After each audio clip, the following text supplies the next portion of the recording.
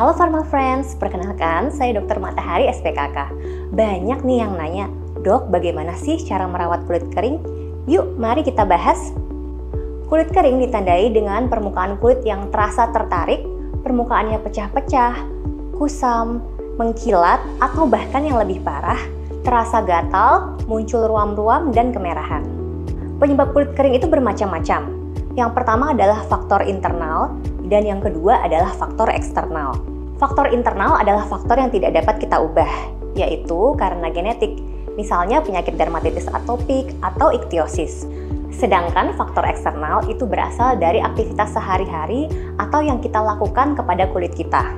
Misalnya, terlalu sering mandi dengan air panas, kurang minum, mengoleskan banyak zat yang dapat mengiritasi kulit, ataupun terlalu sering menggaruk atau menggosok-gosok kulit.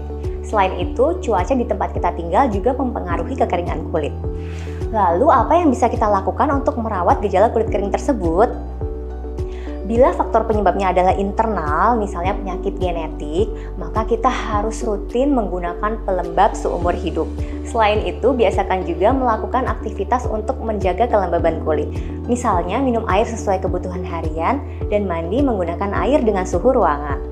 Kemudian biasakan juga untuk tidak pernah menggaruk bila kulit terasa gatal, namun segera oleskan pelembab bila kulit terasa gatal. Selain itu, kurangi juga kebiasaan terlalu sering mengeksfoliasi kulit atau scrubbing, dan bila perlu gunakan chemical peeling.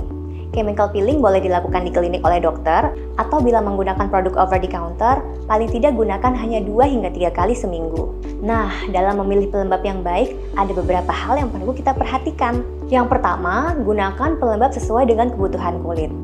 Pelembab terdiri dari beberapa jenis. Yang pertama adalah emollient yang membuat tekstur permukaan kulit menjadi lebih halus. Yang kedua adalah humectant yang menarik air hingga membuat kulit menjadi lebih lembab. Yang ketiga adalah occlusive yang mencegah penguapan air dari kulit. Dan yang keempat adalah yang terbaik, yaitu pelembab terapeutik, yaitu pelembab yang mengandung lemak-lemak alami kulit. Salah satu komposisi zat yang sangat baik bila ada dalam pelembab misalnya adalah patent skin barrier therapy.